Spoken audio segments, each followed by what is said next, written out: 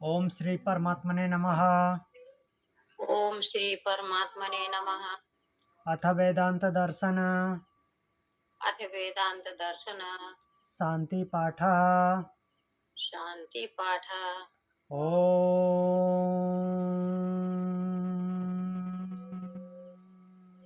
पूर्णमदा पूर्णमिदं पूर्णमदा पूर्णात् पूर्णमुदच्यते पूर्णात् पूर्णमुदच्यते पूर्णस्य पूर्णमादाय पूर्णस्य पूर्णमादाय पूर्णमेवावशिष्यते। पूर्णमेवावशिष्यते। ओम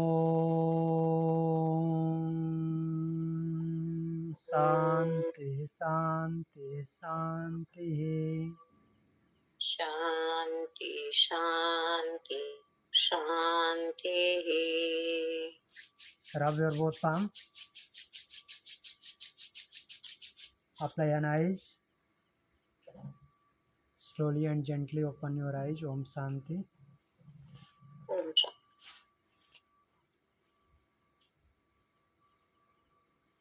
तो हम वेदांत दर्शन के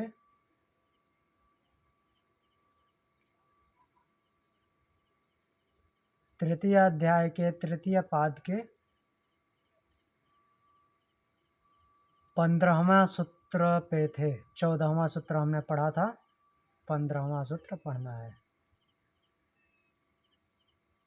14वां सूत्र था आध्यानाय प्रयोजनाभावात्। प्रयोजन का अभाव होने के कारण क्या बोल रहे हैं कि परमात्मा का भली भांति चिंतन करने के लिए तत्व रूप द्वारा समझाया गया है। किसमें प्रयोजन का अभाव? कठोपनिषद में जो रथ का वर्णन आया है उसमें।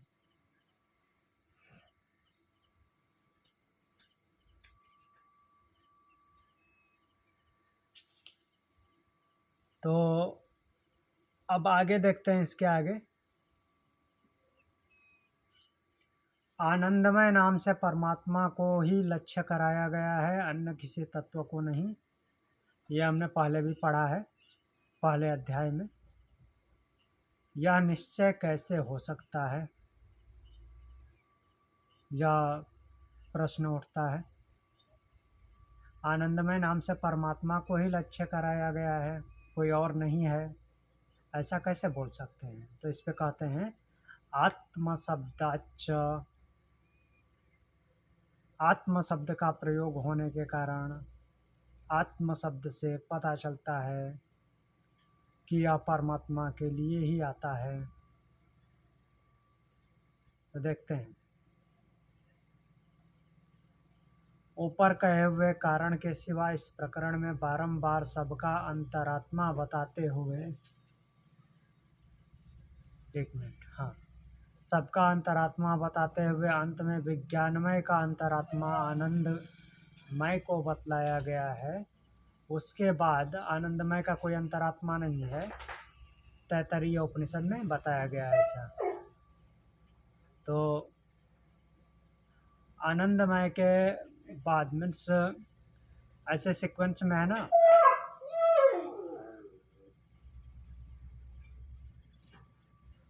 जो अन्नमय है, अन्नमय का अंतरात्मा, प्राणमय, प्राणमय का अंतरात्मा, मनोमय, मनोमय का अंतरात्मा विज्ञानमय, और विज्ञानमय का अंतरात्मा आनंदमय, और आनंदमय के ऊपर कोई बात नहीं की गई है, उसका अंतरात्मा कौन है ऐसा नहीं बताया गया है। तो इससे सिद्ध होता है कि वही सर्वोपरि है, वो परमात्मा के लिए आया है। मीन्स आनंदमय शब्द परमात्मा के लिए यूज होता है।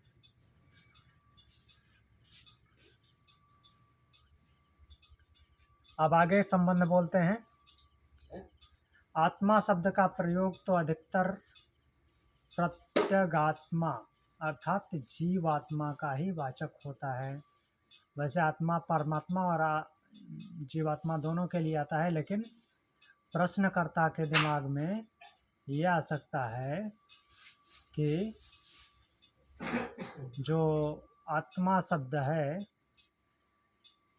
वो जीवात्मा के लिए आता है। फिर यह कैसे निश्चित हुआ कि यहाँ आत्मा शब्द ब्रह्म का वाचक है? इसको देखते हैं। वहाँ पे कहाँ पे देखना है? कठोपनिषद में, जहाँ पे रथ का प्रकरण आया है। तो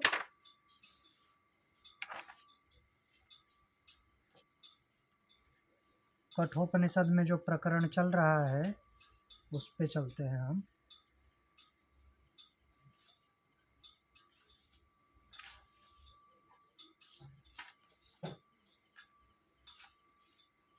रथ का प्रकरण जो है, आत्मानं रथिनं विद्धि शरीरम रथमेव तो, अध्याय 1 तीसरी वल्ली।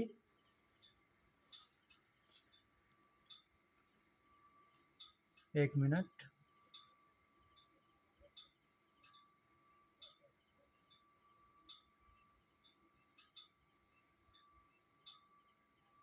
अध्याय 1 तृतीय वल्ली।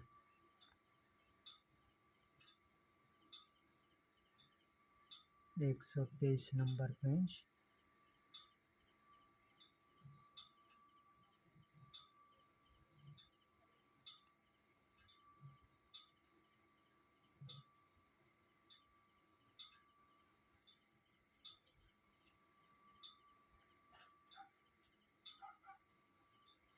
आत्मानं रथिनं विद्धि शरीरम रथमेव तो, बुद्धिं तो सारथिं विद्धि मनः प्रग्रहमेव च, इंद्रियाणि हयानाहुर विषयां तेषु गोचरान्, आत्मेन्द्रिय मनोयुक्तं भोक्तेत्याहुर्मनीषिणः।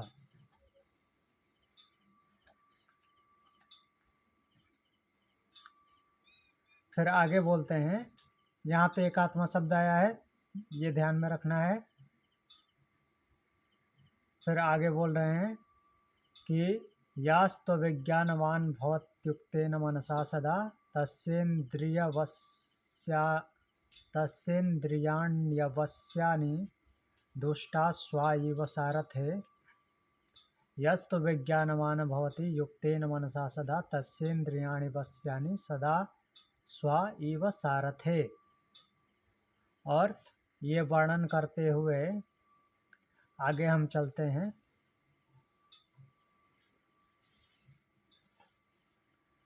यहाँ पे इंद्रियभ्य परा ह्यार्थ, अर्थेभ्यश्च परम मनः, मनसस्तु परा बुद्धिर, आत्मा महान परः।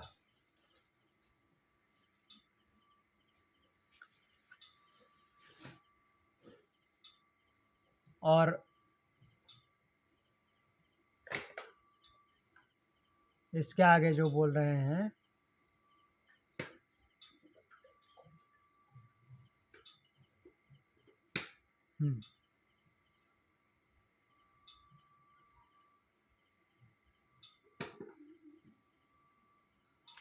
मनसस्तु परा बुद्धिर, बुद्धेर आत्मा महान परः।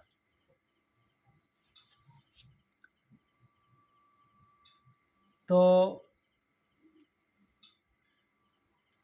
यहाँ पे प्रश्न ये है कि यहाँ तो केवल आत्मा शब्द दिया गया है, और आत्मा नॉर्मली जीवात्मा के लिए आता है। आप परमात्मा जबरदस्ती कैसे बोल देते हो आत्मा को?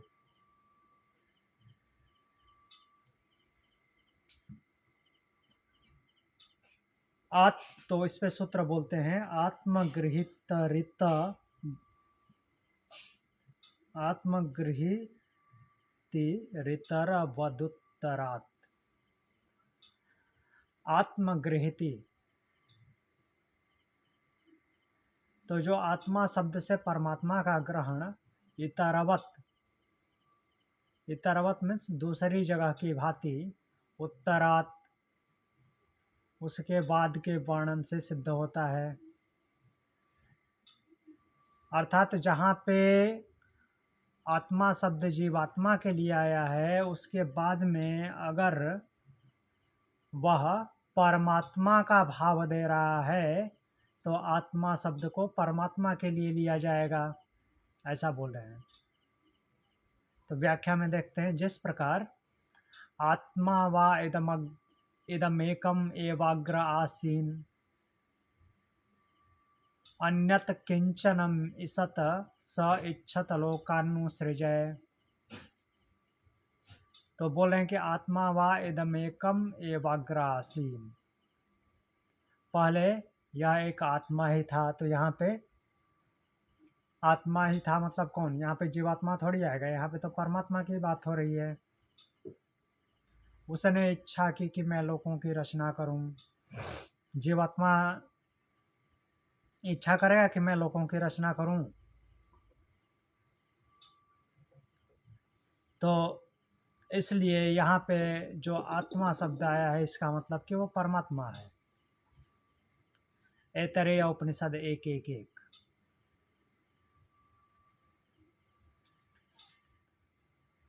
तो बोल रहे हैं कि इस श्रुति में प्रजा की सृष्टि के प्रकरण को लेकर आत्मा शब्द का प्रयोग हुआ है, लेकिन यहाँ आत्मा शब्द जो है वो ब्रह्म का वाचक है, ना कि जीवात्मा का। हाँ, कठोपनिषद में आत्मा शब्द जीवात्मा का वाचक है। ठीक है, तो उसी को लेकर के प्रश्नकर्ता ने प्रश्न उठाया है कि आत्मा शब्द तो जीवात्मा के लिए आता है, परमात्मा कैसे जबरदस्ती बोल देते हो आत्मा को। तो उसके लिए ये एग्जाम्पल दिए तेरे उपनिषद का 1:1:1 कि अग्रे अग्रे मीन्स सबसे पहले वो क्या था? अकेला था, उसने इच्छा की कि प्रजाओं की रचना करूं। तो यहाँ पे सीधे सीधे प्रतीत हो रहा है, यहाँ पे आत्मा शब्द जीवात्मा के लिए नहीं, परमात्मा के लिए आया है।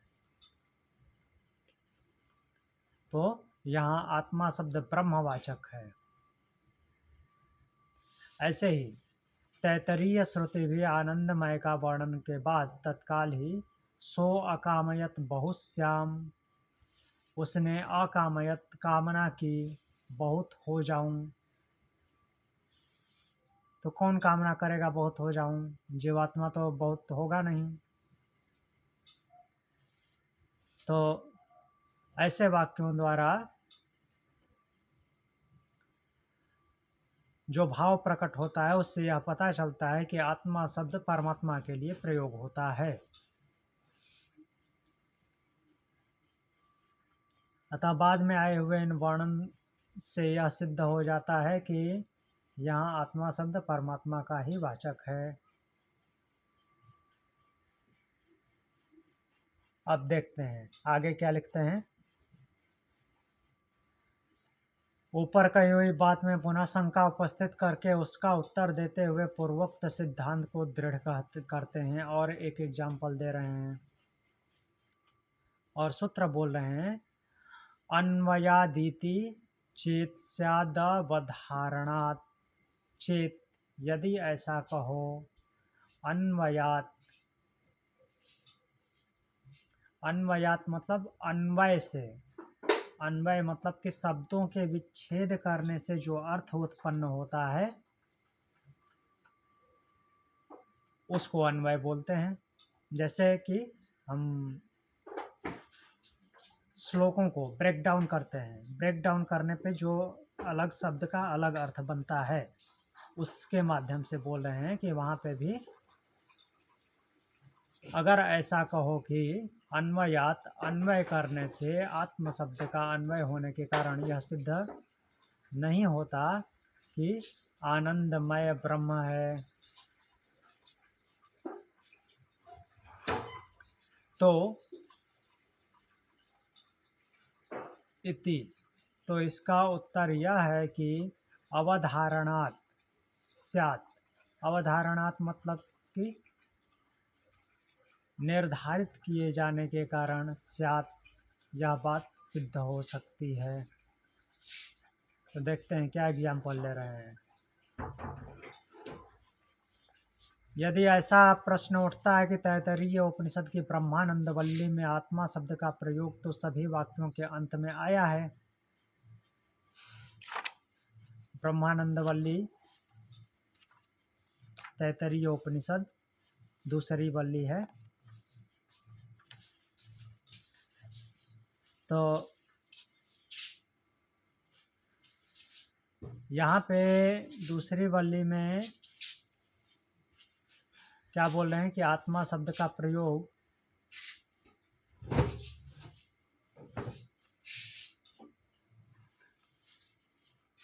हर जगह पे आया हुआ है।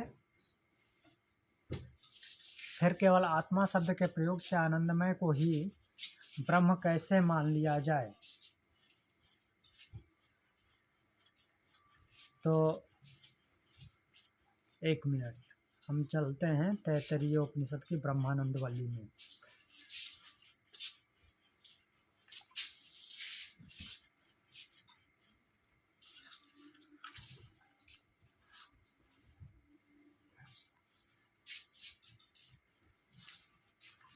तैत्तरीय उपनिषद ब्रह्मानंद वल्ली।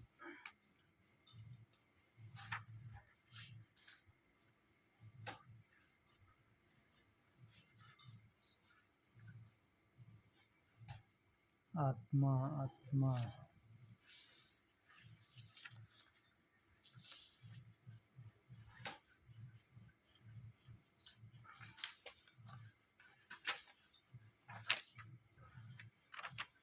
एक मिनट।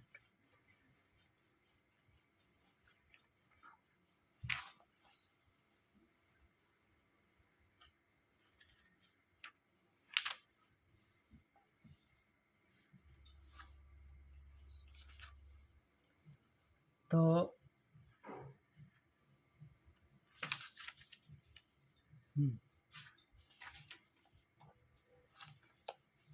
यहाँ पे भी मैं खोल लेता हूँ।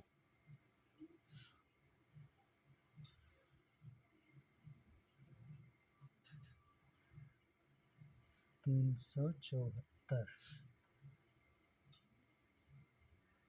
374।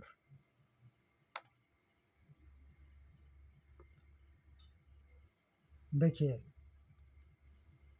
प्रथम अनुवाक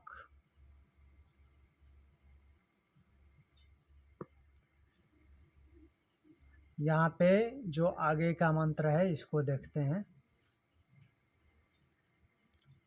तस्माद्वा एतस्माद् आत्माना आकाशसम्भूत आकाशाद् वायो वायोरग्नि अग्नेरापः अभ्यः पृथिवी पृथिव्या औषधयः औषधिभ्यो अन्नम् अन्नात् पुरुषः स वा एष पुरुषो अन्नरश्मयः तस्येदमेव शिरः अयम दक्षिणः पक्षः अयम उत्तरः पक्षः अयम आत्मा इदम पुक्षा प्रतिष्ठा तदप्येते श्लोको भवति। इसमें 2 बार आत्मा आया। ठीक, आगे द्वितीय अनुवाक। अन्नाद्वै प्रजा प्रजायन्ते या काश्च पृथिवीं श्रिता अथो अन्ने नैव जीवन्ति अथैनदपि यन्त्यन्तः अन्नं हि भूतानां ज्येष्ठः तस्मात् सर्वौषधा मुच्यते सर्वं वै ते अन्नमाप्नुवन्ति ते अन्नं ब्रह्मोपासते अन्नं हि भूतानां ज्येष्ठः तस्मात् सर्वौषधमुच्यते अन्नाद् भूतानि जायन्ते जातान्नेन वर्धन्ते अद्यते अत्ति च भूतानि तस्मादन्नं तदुच्यते इति। तो इसमें तो नहीं है, और देखते हैं। यहाँ पे देखिए, तस्माद्वा एतस्मादन्न समयादन्यो अंतरा आत्मा प्राणमयः तेन ऐसा पूर्ण स वा ऐसा पुरुष विधा। तो यहाँ पे पहली लाइन में आत्मा आया है, अंतरा आत्मा प्राणमय। फिर लास्ट लाइन में आया है आकाश आत्मा पृथ्वीं पुक्षम प्रतिष्ठा तदप्येष श्लोको भवति।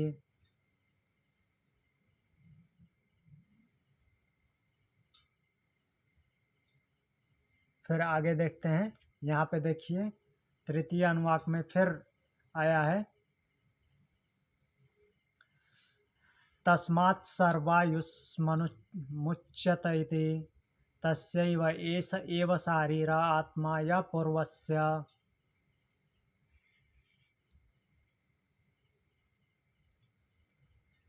फिर आगे आ रहा है, तस्मात् द्वाये तस्मात् प्राणमयादन्यो अंतर आत्मा मनोमय, यहाँ भी आत्मा आया है। फिर आगे आया है आदेश आत्मा, इसी में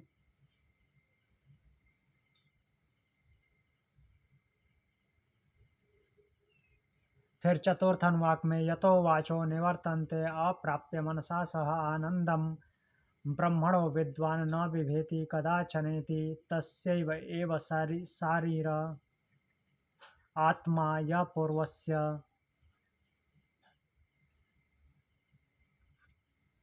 फिर देखिए इसी में आया है, तस्माद्वाये तस्मान्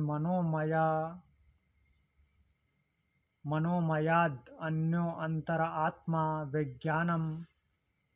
विज्ञानमयस्तेनैष पूर्णः स वा एष पुरुषविदः। फिर लास्ट लाइन में आया है, सत्यम उत्तरम पच्छ योग आत्मा। तो हर जगह आत्मा शब्द आ रहा है यहाँ पे।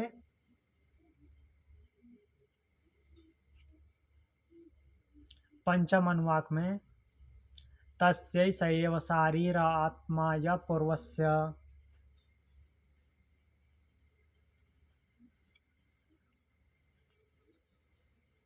फिर आया है, तस्माद्वाये तस्माद् विज्ञानमयादन्यो अंतर आत्मा आनंदमयः।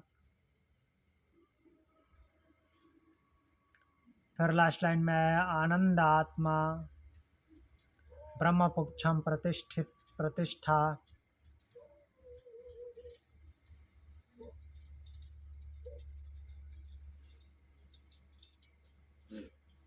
फिर यहाँ पे आया है, तस्यैष एव शारीर आत्मा य पूर्वस्य।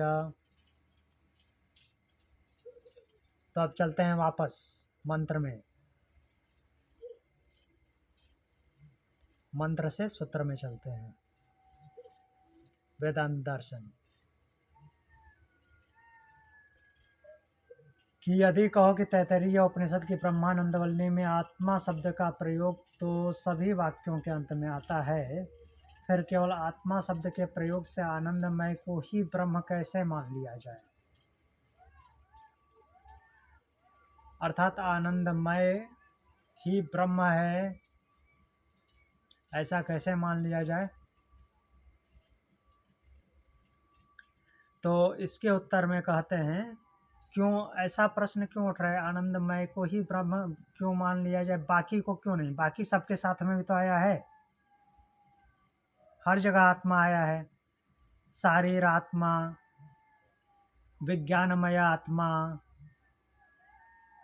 तो बाकी ब्रह्म क्यों नहीं, आनंदमय ही क्यों ब्रह्म है? तो इसके उत्तर में कहते हैं कि जिस आत्मा शब्द की सभी वाक्यों में व्याप्ति है वह ब्रह्म का वाचक नहीं है।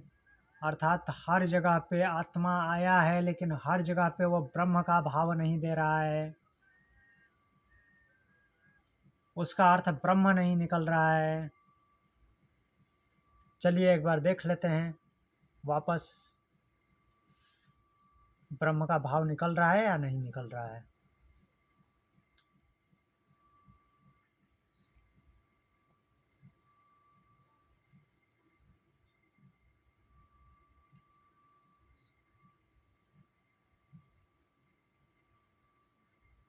जैसे देखिए यहाँ पे है,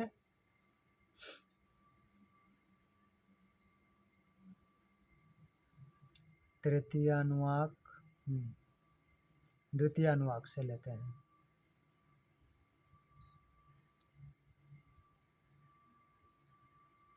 द्वितीय अनुवाक में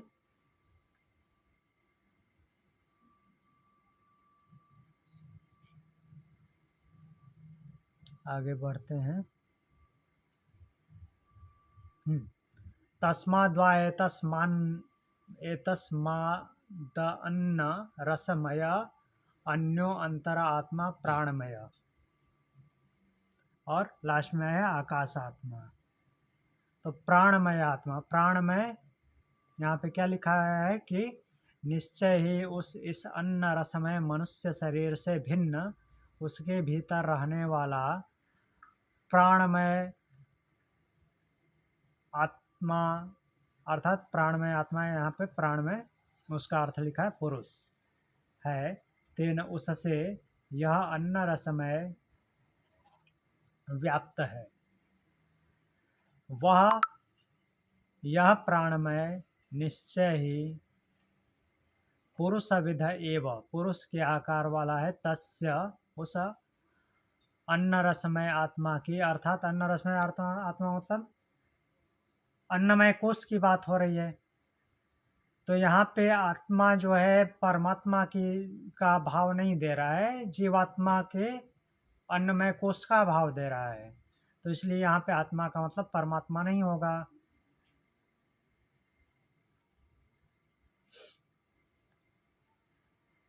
फिर बोले हैं आकाश आत्मा, आकाश आत्मा है। तो यहाँ पे आत्मा शब्द जो है, यहाँ पे आकाश आत्मा बोलने का मतलब आकाश शब्द जो मीन्स आकाश जो इस शरीर के बीच, इस शरीर में व्याप्त है उसका भाव है, न कि परमात्मा का। वैसे ही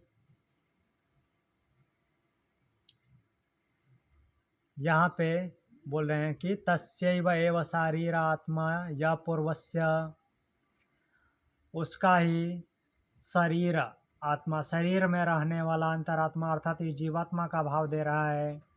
तो ये परमात्मा नहीं हो सकता।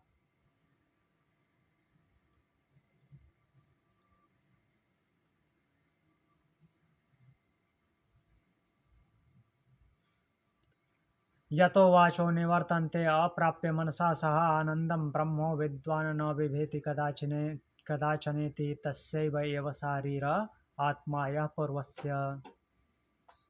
तो बोल रहे हैं कि जहाँ मन के सहित वाणी आदि इंद्रियां उसे न पाकर लौट आती हैं, किसे न पाकर के, ब्रह्म को, तो ब्रह्मण उस ब्रह्म के आनंदम आनंद को विद्वान जानने वाला कदाचन न विभेति कभी भय नहीं करता। तो यहाँ पे आनंद शब्द आया है और आनंद शब्द क्या कर रहा है कि ब्रह्म का भाव दे रहा है। तो इसलिए यहाँ पे जो है आत्मा शब्द का प्रयोग ब्रह्म के लिए हुआ है। फिर शारीर आत्मा यहाँ पे आया है, चूँकि यहाँ पे आनंद के साथ आत्मा शब्द नहीं आया है, बाद में आया है। शारीर आत्मा आया है, तो शारीर आत्मा मतलब कि शरीर के अंदर जो आत्मा है अर्थात जीवात्मा की बात हो रही है, अन्न रसमय की ही बात हो रही है। तो यहाँ पे भी वो आत्मा शब्द ब्रह्म का भाव नहीं दे रहा है। यहाँ पे है एतस्मान मनोमया दन्यो अंतरात्मा विज्ञानमयस्तेन ऐसा। तो मनोमय पुरुष अन्य इसके भीतर रहने वाला आत्मा विज्ञानमय है। तो विज्ञानमय है तो उसके अंदर रहने वाला आत्मा कौन है? वो जीवात्मा हुआ, जीवात्मा का भाव आ रहा है।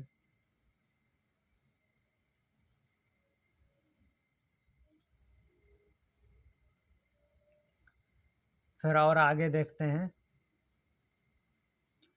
तस्माद्वाये तस्माद् विज्ञानमया अद्यंतरो आत्मा आनंदमय तेन सपूर्ण स वाये स पुरुषविध एव तस्य पुरुषविधातामन्वयं पुरुषविध तस्य प्रियमेव शिरः मोदो दक्षिणः पक्षः प्रमोद उत्तरपक्ष आनंद आत्मा ब्रह्मपुच्छं प्रतिष्ठा तदप्येत श्लोको भवति।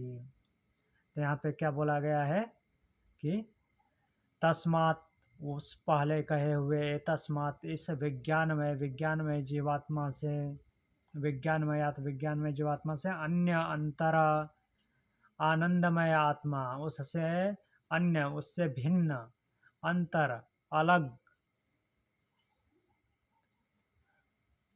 यहाँ पे अंतर मतलब भीतर, अंदर रहने वाला आत्मा जो है आनंदमय आत्मा आनंदमय है, तेन उससे, ऐसा यह, कौन यह, जो उससे बाद वाला है, विज्ञानमय, पूर्णः पूर्ण है, स ऐसा वह यह जो कि आनंदमय है, लास्ट वाला, वह पुरुष विधः पुरुष के समान आकार वाला, अर्थात इस जीवात्मा के समान ही आकार वाला, एवं तस्य उस विज्ञानमय की पुरुष विधात अनु, मतलब कि उस पुरुष के अनुगत होकर के, अयम पुरुष विधा तस्य प्रियम एव शिरः मोदः दक्षिण पक्ष प्रमोद उत्तरा पक्ष आनंद आत्मा ब्रह्म पक्षम प्रतिष्ठा। आनंद ही आत्मा का, आनंद ही क्या है, आत्मा अर्थात शरीर का मध्य भाग है। ये सीक्वेंस में ऐसे आया है तो इसलिए उसी भाव में इसको बोलना पड़ेगा। ब्रह्म पुक्षम प्रतिष्ठा, ब्रह्म है जिसका पूंछ अर्थात आधार, प्रतिष्ठा आधार है, ब्रह्म पूंछ और आधार है। तत् अपि एष श्लोक भवति, उसके विषय में यह श्लोक है। आसन्नेव स भवति असद् ब्रह्मेति वेद चेत अस्ति ब्रह्मेति चेद्वे संतमेन ततो विदुरति। यदि ब्रह्म नहीं है इस प्रकार समझता है कोई तो वह असत हो जाता है, और यदि ब्रह्म है इस प्रकार जानता है तो इसको संतम, संत पुरुष जो हैं संत लोग विद्वान समझते हैं। इस प्रकार यह श्लोक है। तस्यैष एव शारीरम आत्मा यह पूर्वस्य, तो तस्य उस, तस्य मीन्स उसका,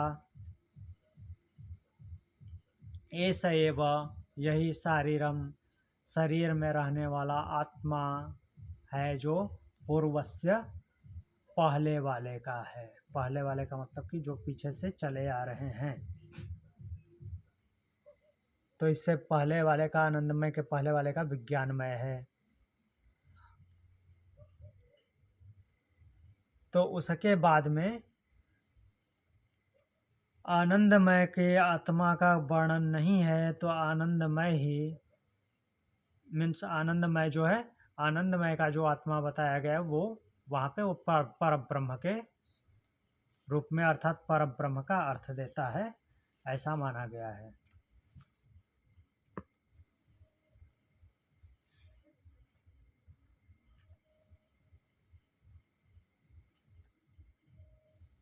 अब चलते हैं वेदांत दर्शन पे, सूत्र पे।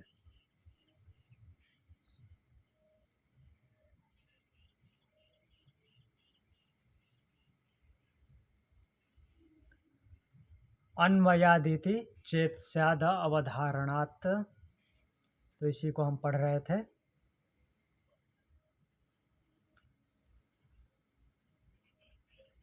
तो अन्नमय का अंतरात्मा उससे भिन्न प्राणमय को बताकर फिर प्राणमय अंतरात्मा को उससे भिन्न मनोमय को, मनोमय का अंतरात्मा विज्ञानमय को तथा विज्ञानमय का अंतरात्मा आनंदमय को बतलाया।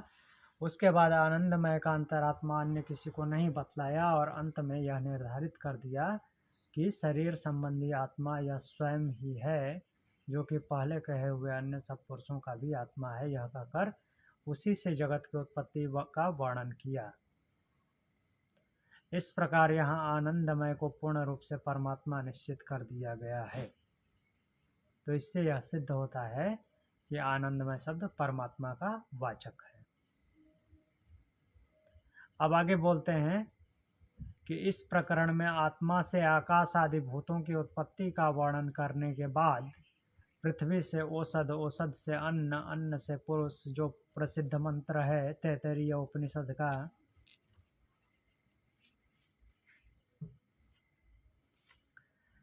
तो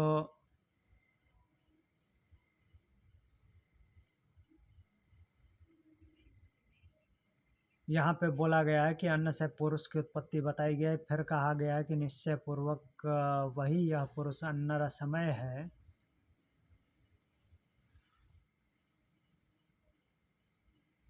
तो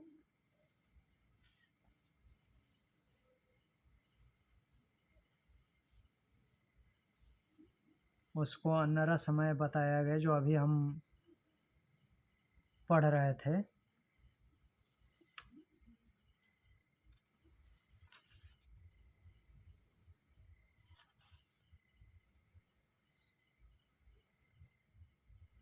तो उसमें जीवात्मा को अन्न रसमय बताया गया है।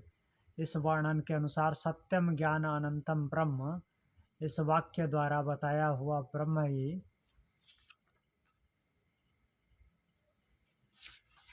एक मिनट।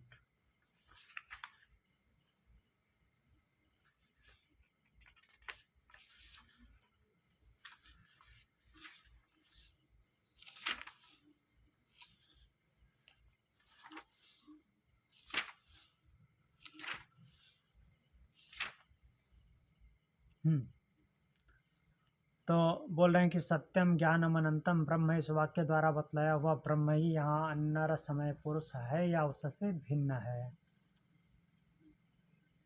अब नया प्रश्न उठ रहा है कि आत्मा से आकाश आदि भूतों की उत्पत्ति का वर्णन करने के बाद पृथ्वी से औषध, औषध से अन्न, अन्न से पुरुष, अन्न से पुरुष की उत्पत्ति बतलाई।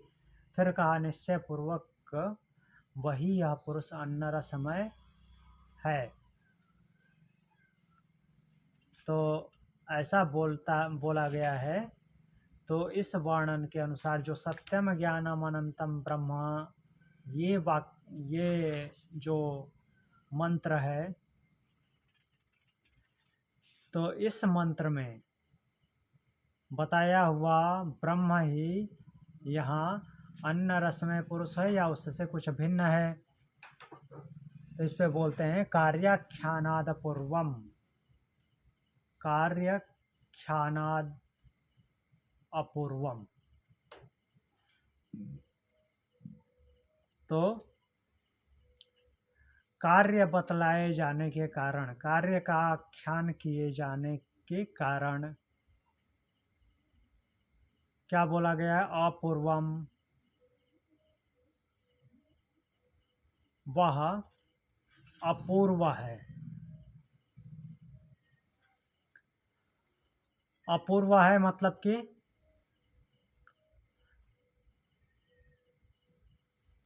पहले जो बताया गया है वैसा नहीं है, उससे अलग है। कार्याख्यानात, इसको देखते हैं। कार्य का आख्यान किया गया है, तो उससे वह जो है, कहने का तात्पर्य क्या है, जो उत्पत्ति बताई गई है, इससे इसकी उत्पत्ति, इससे इसकी उत्पत्ति, इससे इसकी उत्पत्ति, ऐसा है ना। आकाश की उत्पत्ति आकाश से पृथ्वी की, पृथ्वी से औषध की, औषध से अन्न की, अन्न से पुरुष की। तो यहाँ पे जो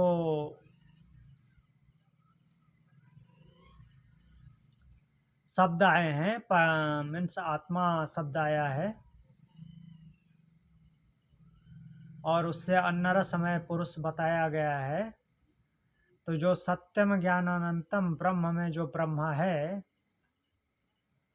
वो अन्नर समय पुरुष है या उससे भिन्न, प्रश्न ये है। तो यह कहने का मतलब यहाँ पे ये है कि नहीं, ये सत्यम ज्ञान अनंतम ब्रह्म में जो ब्रह्म है वो उससे अलग है। कैसे?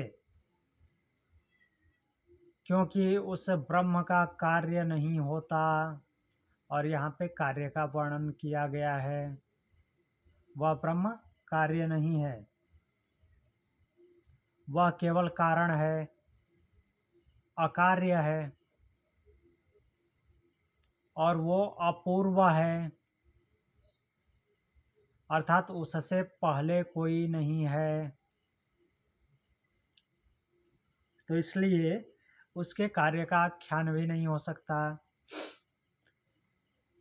तो दो चीज़ें होते हैं, कार्य और कारण।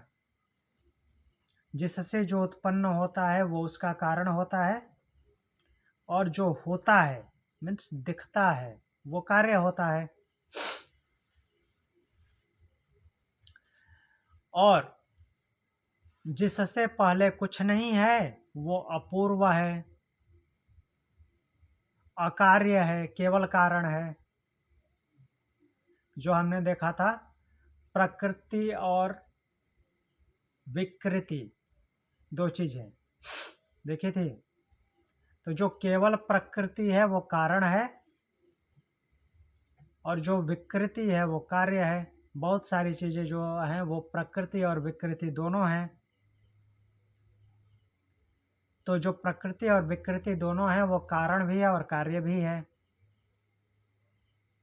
लाइक नीचे से देखें तो जो इंद्रियों के विषय हैं वो कार्य हैं, और इंद्रियां क्या है, उनके कारण हैं। उससे ऊपर महाभूत में आ जाते हैं। महाभूत कार्य हैं, तन मात्राएं उनका कारण हैं। तन मात्राएं जो हैं कार्य हैं, और किसके लिए कारण थे? महाभूतों के लिए। लेकिन अगर कार्य हैं तो इनका कारण कौन है? अहंकार। अहंकार भी केवल कारण नहीं है, वो भी कार्य है। वो किसका कार्य है? महतत्व का।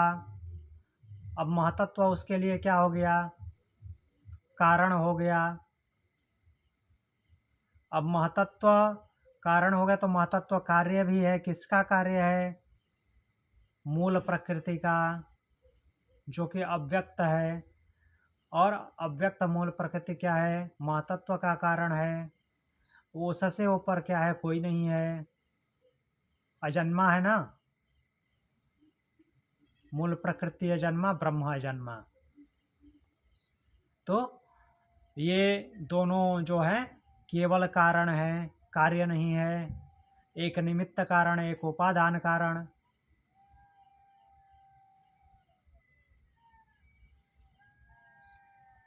तो इस प्रकार से बोला गया है कि वो अपूर्व है, और यहाँ पे कार्य का आख्यान हो रहा है, कार्य की व्याख्या हो रही है।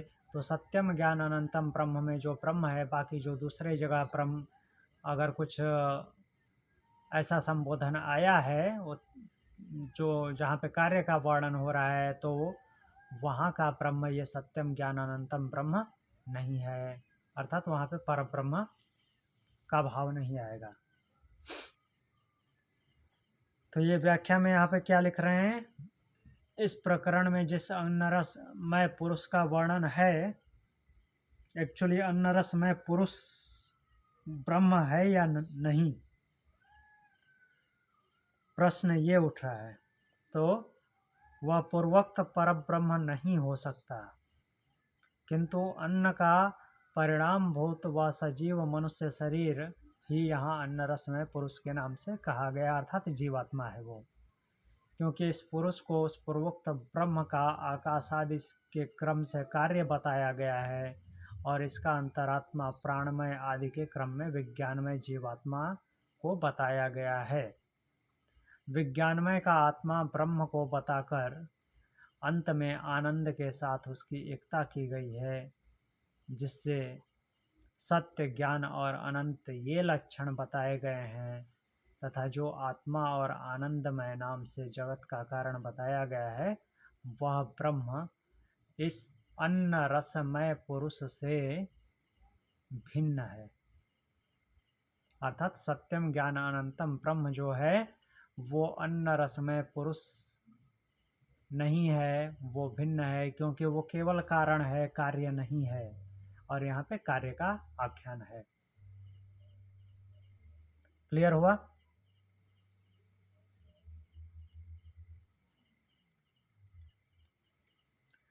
अब आगे बताते हैं। 11वें सूत्र से आनंद के प्रकरण का विचार आरंभ करके 18वें सूत्र तक उस प्रकरण को समाप्त कर दिया गया। जो आनंद का प्रकरण चल रहा है इसी ब्रह्मानंद वल्ली में, जिसके कारण उसका नाम ब्रह्मानंद वल्ली है।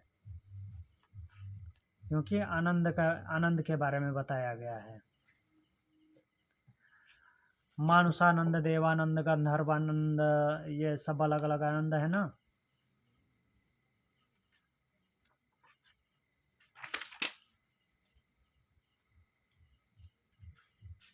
आपके पास बुक है तो 394 पेज, अष्टम अनुवाक खोलिए। इधर भी मैं खोल देता हूँ।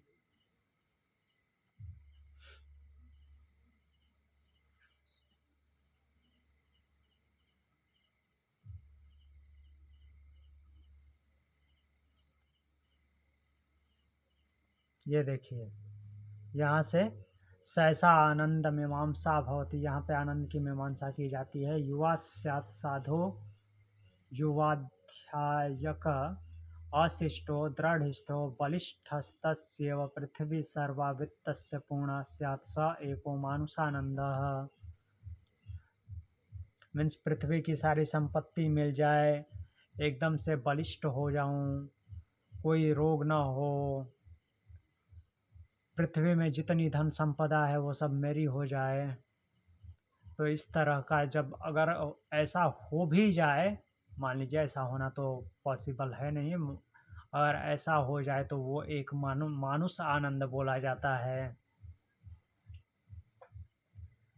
और इसमें 100 का गुणा कर देंगे तो 100 मानुष आनंद के बराबर एको मनुष्य गंधर्वानंद, उसे मनुष्य गंधर्वानंद बोलते हैं। श्रोत्रियस्य च अकाम हतस्य, और श्रोत्रिय और अकाम हतस्य, जो अकाम है उसके पास ये ऐसे ही अनायास ही होते हैं, उसको ये सब प्राप्त करने की ज़रूरत नहीं है। फिर वो गंधर्वानंद में, मानुष गंधर्वानंदों में इसका 100 गुना करेंगे तो मनुष्य गंधर्वानंदा नाम सतम, या एको देव गंधर्वानंद, तो एक देव गंधर्वानंद होगा। इस तरह से हमारा टॉपिक क्या है पहले उसको देखते हैं कि आनंद का वर्णन किया गया आनंद प्रकरण में। तो 18वें सत्र तक उस प्रकरण को समाप्त कर दिया गया। अब पहले आरंभ किए हुए प्रकरण दूसरी श्रुतियों के विषय में विचार आरंभ किया जाता है। समान एवं चा भेदात, समान एवं च अभेदात, एक ही शाखा में, समान एक ही शाखा में भी इसी प्रकार विद्या की एकता समझनी चाहिए। समान शाखा में भी विद्या की एकता समझनी चाहिए। अभेदात, क्योंकि अभेदात अभेद होने से, अर्थात अलग अलग जगह पे भेद न होने से विद्या की एकता समझनी चाहिए। क्या बोल रहे हैं कि वाजसनेयी शाखा के शतपथ ब्राह्मण में सत्य ही ब्रह्म है, इस प्रकार उपासना करनी चाहिए। निसंदेह या पुरुष संकल्पमय है, वह जितने संकल्पों से युक्त होकर इस श्लोक में प्रयास करता है, परलोक जाने पर वैसे ही संकल्प वाला होकर उत्पन्न होता है। लोक परलोक की बात करने का मतलब कि एक जन्म से दूसरा जन्म। तो मनोमय प्राण शरीर वाले आकाश स्वरूप आत्मा की उपासना करें, ऐसा बोला गया है। मनोमय प्राण शरीर वाले आकाश स्वरूप आत्मा की उपासना करें, इस प्रकार सांडिल्य विद्या का वर्णन किया गया है। शतपथ ब्राह्मण 10:6-3-2 का एग्जाम्पल दे रहे हैं। उसी शाखा के बृहदारण्यक में भी कहा गया है, मीन्स शतपथ ब्राह्मण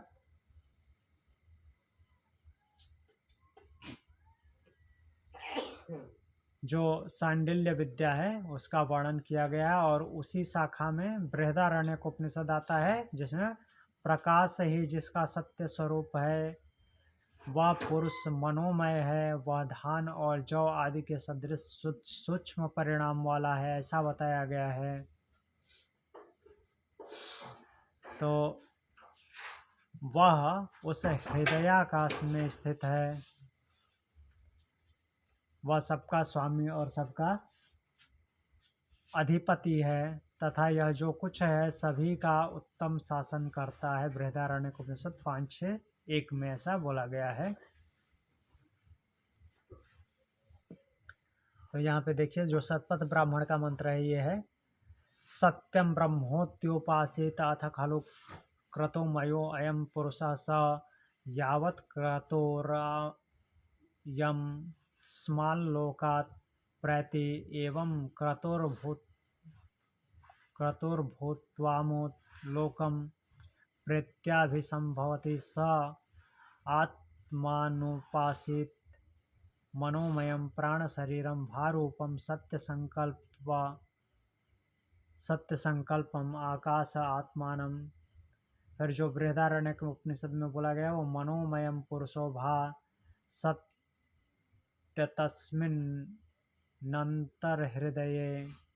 अंतर्हृदय यथा प्रहिर्वा यवो वा स एष सत्य स्नेशान सर्वस्याधिपति सर्वमिदं प्रशास्ति यदिदं किंचा ये वर्णन आया है। तो कहने का मतलब है कि ये दोनों एक ही शाखा के हैं जो शतपथ ब्राह्मण में वर्णन है और बृहदारण्यक उपनिषद में। तो बोल रहे हैं कि इन दोनों ग्रंथों में कही हुई इन विद्याओं में भेद है या अभेद, प्रश्नकर्ता का प्रश्न है। तो एक बार फिर से देख लेते हैं कि बोला क्या है। वह मनोमय प्राणमय शरीर। हाँ कैमरा ऑफ हो गया आपका, नहीं दिख रहा है? नहीं मीनाक्षी मैम दिख रहा है या नहीं दिख रहा है? आपका कैमरा ऑफ है, आप नहीं दिख रहे हैं। नहीं दिख रहा है, आपका नेटवर्क प्रॉब्लम है। अच्छा जी ठीक है, वो तो था पहले से भी। तो आप मुझे नहीं दिख रही हैं।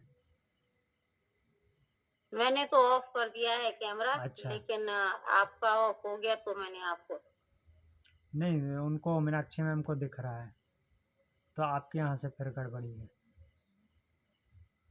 ओके कोई बात नहीं। तो यहाँ पे जो एक में बोल रहे हैं कि मनोमय प्राण शरीर वाले आकाश रूप आत्मा की उपासना करें, ये शतपथ ब्राह्मण में बोला गया है। और दूसरी जगह बृहदारण्यक उपनिषद में जो है बोला गया है कि वह पुरुष मनोमय है, वह धान और जौ आदि के सदृश सूक्ष्म परिणाम वाला है। हृदयाकाश में जो स्थित है वह सबका स्वामी और सबका अधिपति है तथा यह जो कुछ सभी का उत्तम शासन करता है। तो एक जगह मनोमय प्राण शरीर वाले आकाश स्वरूप को बोला गया है, दूसरे में धान जौ जैसे सूक्ष्म परिणाम वाला बोला गया उसको। तो प्रश्नकर्ता का प्रश्न है कि इन विद्याओं में भेद है या अभेद है, अर्थात ये अलग अलग बातें हैं या एक ही है। तो यह संशय उपस्थित होने पर सूत्रकार कहते हैं जैसे भिन्न शाखाओं में विद्या की एकता और गुणों का उपसंहार उचित माना गया है, अर्थात जहाँ पे जो है और जितना छूट गया है वहाँ दूसरी शाखा से या दूसरी जगह से उठा के रख लेना है। तो इस प्रकार से अभेदता समाप्त हो, मीन्स भेद जो है समाप्त हो जाता है, उसको भेद नहीं बनाना है, वो अभेद है। तो एक शाखा में कही हुई विद्या को भी ऐसे ही एकता माननी चाहिए, अर्थात एक शाखा में अगर एक जगह कुछ और बोला गया है, दूसरी जगह कुछ और बोला गया है, अगर दोनों में अंतर लगता है तो जहाँ पे जो नहीं है उसको दूसरी जगह से उठा के ला दो, ऐसा बोल रहे हैं। उसको उसमें भेद क्रिएट नहीं करना है, अभेद ही है, क्योंकि दोनों जगह पे अलग अलग शब्दों के माध्यम से उस ब्रह्म का ही वर्णन किया गया है, केवल शब्द बदले हुए हैं। तो जहाँ पे अगर ऐसा लगता है कि कुछ छूट गया है तो दूसरी जगह से ले लो, ये हमने पहले भी देखा है। बोलिए। पिछले वाले में तो बोल रहे थे ना कि वो जो इसके वाला आत्मा है वो नहीं है, अन्नमय वाला नहीं है, हाँ जी, प्राणमय वाला नहीं है, विज्ञानमय वाला सब रिजेक्ट किया, खाली उसी को कहेंगे आनंदमय जो है। हाँ, यहाँ पे बात अन्नमय आनंदमय की नहीं है। यहाँ पे बात ये है कि दो शाखाओं में, मीन्स एक ही शाखा की बात कर रहे हैं, एक ही शाखा में अलग अलग शब्दों से उसका वर्णन है। भाव ब्रह्म का होना चाहिए। मतलब बात उसी की हो रही है। हाँ, अगर उसी की बात हो रही है तो अगर शब्दों से अंतर लग रहा है तो वो उसको भेद नहीं माना जाएगा। अगर ब्रह्म का ही भाव आ रहा है तो अगर एक जगह आपको लग रहा है कि कुछ छूट गया है, वहाँ पे तो ब्रह्म का मतलब कुछ और बताया गया है, यहाँ पे इतना ही है, तो दूसरी जगह से उसको ग्रहण कर लो। मतलब द्वैत में अद्वैत और अद्वैत में द्वैत, मतलब जहाँ पे जो कमी हो वहां से उसको लेकर ये करना है। हाँ, लेकिन बात उसी की हो रही है। हाँ, ब्रह्म का भाव होना चाहिए।